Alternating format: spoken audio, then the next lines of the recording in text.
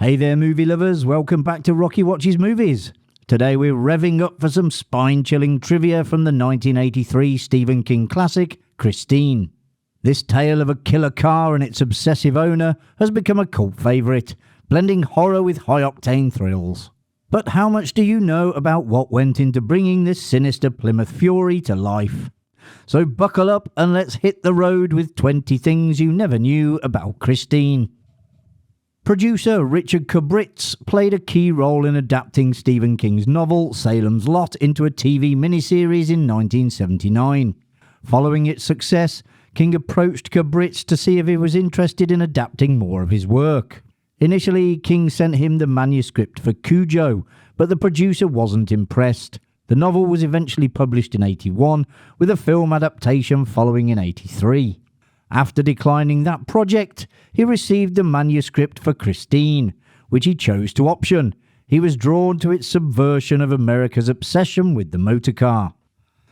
Kubritz reached out to John Carpenter following the critical and commercial failure of his 1982 adaptation of The Thing, a film now celebrated as one of the director's finest works.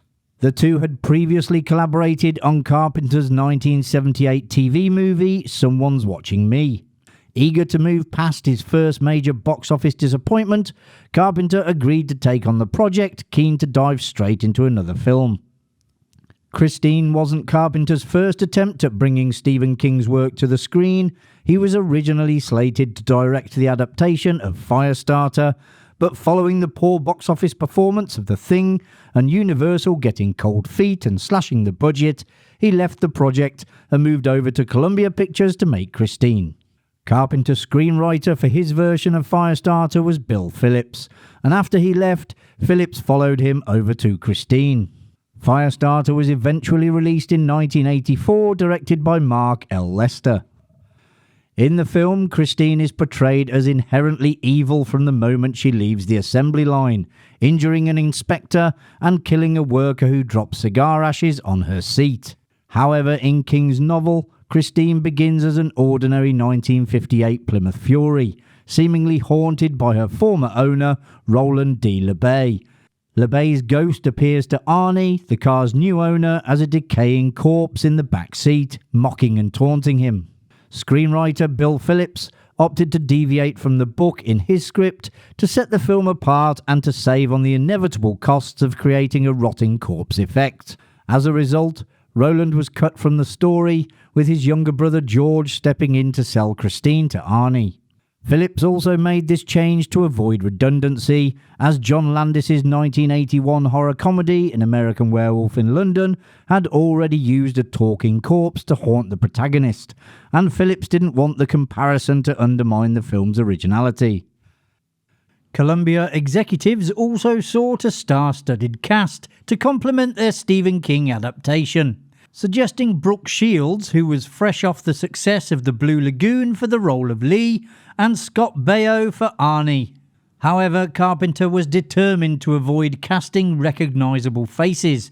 He wanted to focus attention on the car itself, making it clear that Christine was the true star of the film. Carpenter held auditions in both California and New York, searching for fresh faces to portray the teen characters in the film. He found the perfect newcomer for Arnie in Kevin Bacon. At the time, Bacon's most notable work consisted of small roles in Animal House and Friday the 13th, and both Kubritz and Carpenter believed his ability to transform from a nerdy hero to a suave villain made him the perfect fit for Arnie. However, after being cast, Bacon dropped out when he was offered the lead role in Footloose. Carpenter returned to the drawing board to find a new actor for Arnie and eventually discovered Keith Gordon in a New York City play. Carpenter was drawn to Gordon for the role partly because of his previous appearance in Brian De Palma's Dress to Kill. With no major movie stars in the cast, John Carpenter allocated a significant portion of the budget to the cars that brought Christine to life. The numbers vary slightly depending on the report or interview, but the production team acquired around 28 Plymouth vehicles, primarily 1958 Belvederes and Savoys, as authentic 1958 Furies were rare. all of which were reassembled into 17 modified functional versions of Christine. Each car served a specific purpose. Showcase cars were kept spotless for close-up shots or scenes where Arnie drives her. Hot rod cars were equipped with souped-up engines and airplane landing lights for high-octane rampage sequences. And junked or shell cars were used for Christine's disrepair or her destruction scenes. Notably, the showcase cars featured a chrome undergrille beneath the front bumper, while the stunt cars had a red painted undergrille for easy identification. Special effects supervisor Roy Arbogast, known for his work on Close Encounters of the Third Kind, oversaw the modifications, which accounted to 15% of the film's budget. To keep the cars operational during filming, the space used for Darnell's garage doubled as an on-set body shop. By the end of production, only 2 of the cars survived, the rest were destroyed. A key visual detail in the film is Christine's red paint job, which was a deliberate departure from the Fury's original buckskin beige.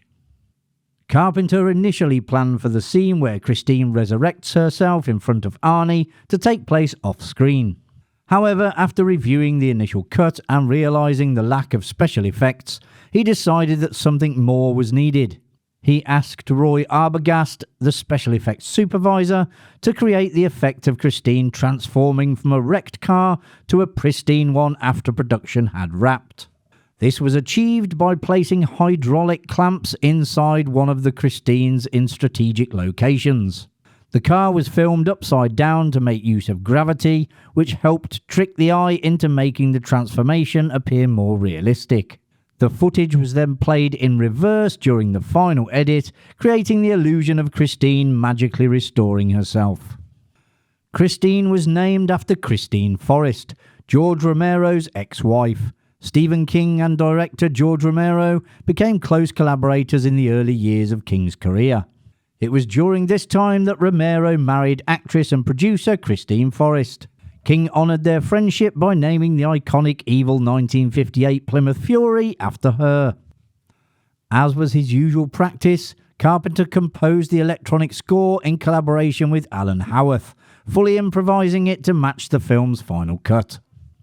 Each chapter in King's novel opens with a corresponding 1950s rock and roll lyric, which inspired Bill Phillips to incorporate rock music cues directly into the scenes of his script. However, Phillips also wanted a more contemporary song to establish the film's tone. He found the perfect fit while watching MTV, where he saw the music video for George Thorogood and the Destroyers' Bad to the Bone.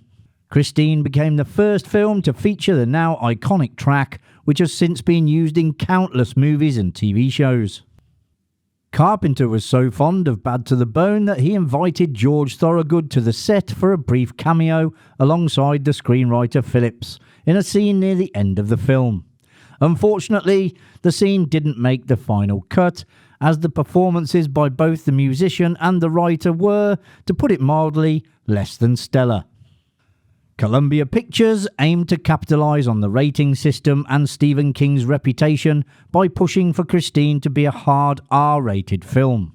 However, Carpenter had joined the project to move away from the blood, guts and gore that categorised his previous film, The Thing. Furthermore, much of the car-related carnage in Christine doesn't involve explicit gore. To secure the desired MPAA rating, Carpenter had Phillips expand on the colourful curse words in King's novel, ensuring that the high school-aged characters were constantly swearing throughout the film. The production went so far as to build an entire gas station just to destroy it. Stunt coordinator Terry Leonard, known for doubling Harrison Ford in the Indiana Jones films, was heavily involved in the stunt driving for Christine. He supervised and performed the driving in the gas station sequence where the building explodes and a flame-covered Christine emerges from the wreckage to chase down school bully Buddy Repperton. For the stunt, Leonard wore a fireproof suit with a limited oxygen supply to protect himself during the dangerous scene. With the blacked-out windshield and side windows of Christine, Leonard had to execute the stunt virtually blind, relying on his skill and instincts to pull it off. Maximum Overdrive and Christine share a unique cosmetic feature in their vehicles. In Christine, a green hue is visible in the scenes where the car becomes autonomous, indicating her sentience. The same green hue appears in Maximum Overdrive from 1986, where it is seen in the night sky during a key scene.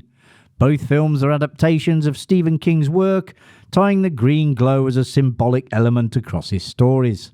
There are also several striking similarities between Christine and Carrie. In both films, the main character is a high school outcast targeted by bullies.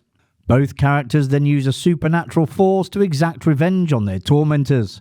These shared themes of isolation, supernatural possession, and vengeance create a compelling connection between the two films. Alexandra Paul played a prank on John Carpenter by having her twin sister dressed as Lee and show up on set. Carpenter recalled it was like Invasion of the Body Snatchers, and Alexandra was a pod person. They even filmed part of the scene with the twin that made the final cut. John Carpenter also had his own fun during the making of the film.